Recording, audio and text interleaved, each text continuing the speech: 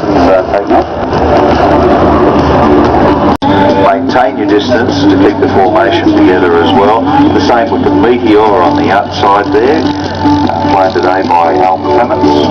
Generally the guys on the outside have got to use a bit more power, the guys on the inside of the turnout a little less power. So it's always good to have the guys with the excess power on the outside of the turnout. Imagine when you're coming along, if you have two cars exactly the same and you're running along a straight stretch of road, don't change your foot on the accelerator.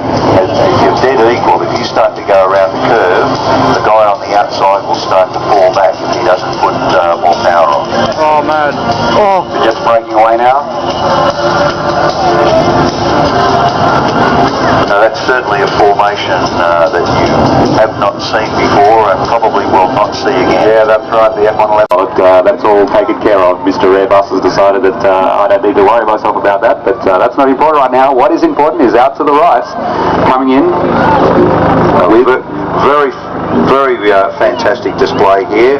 This is basically the bomber formation. We have the F111 led by the Lockheed Hudson, the Gloucester Meteor, the twin-engine aircraft off to the left, followed by the Super Hornet and the Mustang.